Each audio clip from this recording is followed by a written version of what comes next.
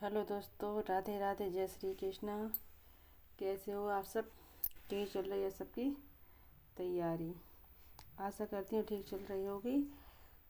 पिछली क्लास में पंडित रामाबाई के MCQ किए थे, कोई लगभग 15 16 17 के समथिंग।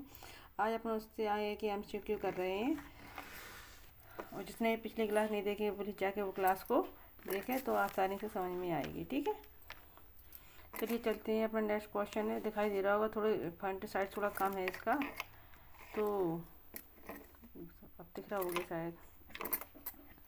ठीक है, अपना क्वेश्चन है, पंडित रामाबाई के विचारों में जेंडर को कैसे समझा जा सकता है, बताइए। जो उनके विचार हैं वो कैसे पता चलता है कि नारीवाद है या पुरुषवाद ही है। ठीक है, तो जैविक और प्रकृति की नियति, सामाजिक निर्माण, या केवल आर्थिक स्थिति, या केवल धार्मिक स्थिति।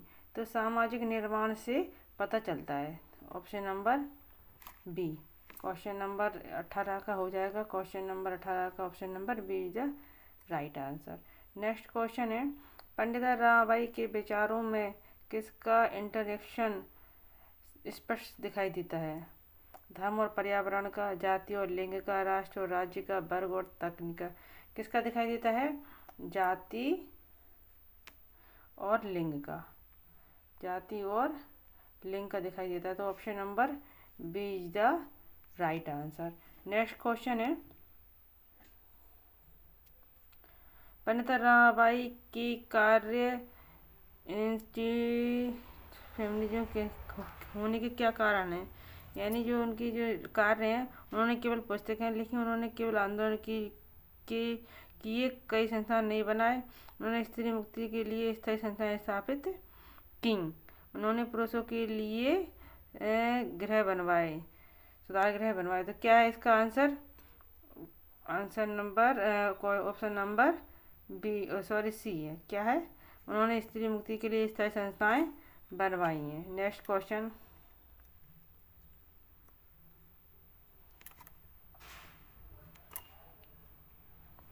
पंडिता रामाबाई का नारीवाद मुख्यतः किस श्रेणी में आता है? क्रांतिवादी नारीवाद, उदार नारीवाद, या समाजवादी नारीवाद, या उत्तर आधुनिक नारीवाद। किस में आता है? पंडिता रामाबाई का नारीवाद आता है उदार नारीवाद में। किस में आता है?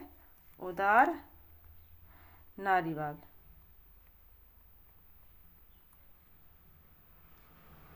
उदार नारीवाद।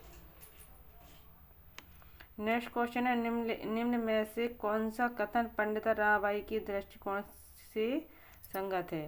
धर्म की आलोचना करना ईश्वर विरोध, स्त्रियों की स्थिति ईश्वरीय इच्छा से निर्धारित है, अन्यायपूर्ण धार्मिक सामाजिक प्रथाओं के विरुद्ध नैतिक प्रतिरोध आवश्यक, स्त्रियों को राजनीति से दूर रहना चाहिए।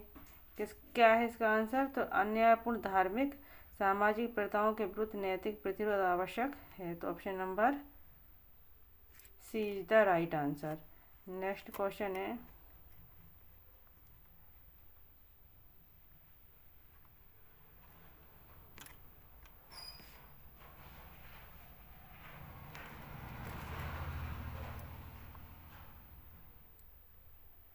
आधा क्वेश्चन उस पर रह गया है, इस पे आधा आ गया है, तो स्लाइड 4 पे है क्वेश्चन इसका।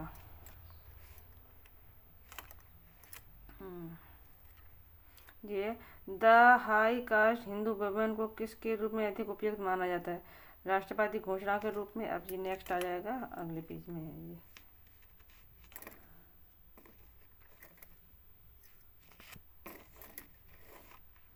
दूसरा है ब्राह्मण पितृसत्ता की नारीवादी आलोचना। नंबर सी है अंग्रेजी शासन की प्रशंसा। ऑप्शन डी है औद्योगिक विकास का विवरण। तो क्या है? ब्राह्मणिक पितृसत्ता की नारीवादी आलोचना। ऑप्शन नंबर बी सही हो जाएगा इसका। ठीक है, नेक्स्ट क्वेश्चन है, पंडिता रामाबाई ने जिन स्त्रियों के लिए काम किया उनमें से प्रमुख थी कौन सी? बाल विधवाएं, अनाथ और परित्यागी स्त्रियां, केवल उच्च वर्ग की शिक्षित महिलाएं, दलित और निम्न जाति की स्त्रियां। क्या है इसका ऑप्शन? तो बाल विधवाओं के लिए तो उन्होंने काम किया है, तो ऑप्शन ई भी सही हो जाएगा। अनाथ और परित्यागी के लिए क्या है? तो ऑप्शन 2 भी सही हो जाएगा। केवल उच्च वर्ग की ये नहीं है, तो 3 हटना है, 3 हटाना है अपन को। दलित और निम्न जाति की स्त्रियों के लिए जी भी सही है। तो 1, 2 और 4 सही है, 1, 2, 3, 4, यानी ऑप्शन नंबर डी सही हो जाएगा। नेक्स्ट क्वेश्चन है क्वेश्चन नंबर 25। पंडिता रमाबाई के संबंध में निम्नलिखित युग्म देखे हैं। आर्य महिला समाज, स्त्री शिक्षा, शारदा सदन बाल विधवाओं के लिए आश्रम, मुक्ति मिशन स्त्रियों के लिए बच्चों के पुनर्वास, और है आश्रम किसान आंदोलन। ये कौन सा युग्म सही है जी बताना है। जी तो हाई जो वाला चौथा तो गलत ही है, तो चौथा जहाँ जहाँ होगा पहले तो वो काट देंगे अपन लोग। चौथा इसमें है तो जी तो कट जाए डी वाला, और चौथा कहीं नहीं है। तो 1, 2, 3 सही है, तो option number C is the right answer. Next question है अब इतनी क्वेश्चन थी, ठीक है। पूरे नेक्स्ट पिछली क्लास में मैं कितने क्वेश्चन लेके आई थी 17, और 17 के बाद आज कितने हो गए पूरे 25 क्वेश्चन थे। पूरे कितने थे 25 क्वेश्चन। अब पूरे कितने पंडिता रामाबाई के मैंने 25 क्वेश्चन करवाए हैं। कितने क्वेश्चन करवाए हैं 25।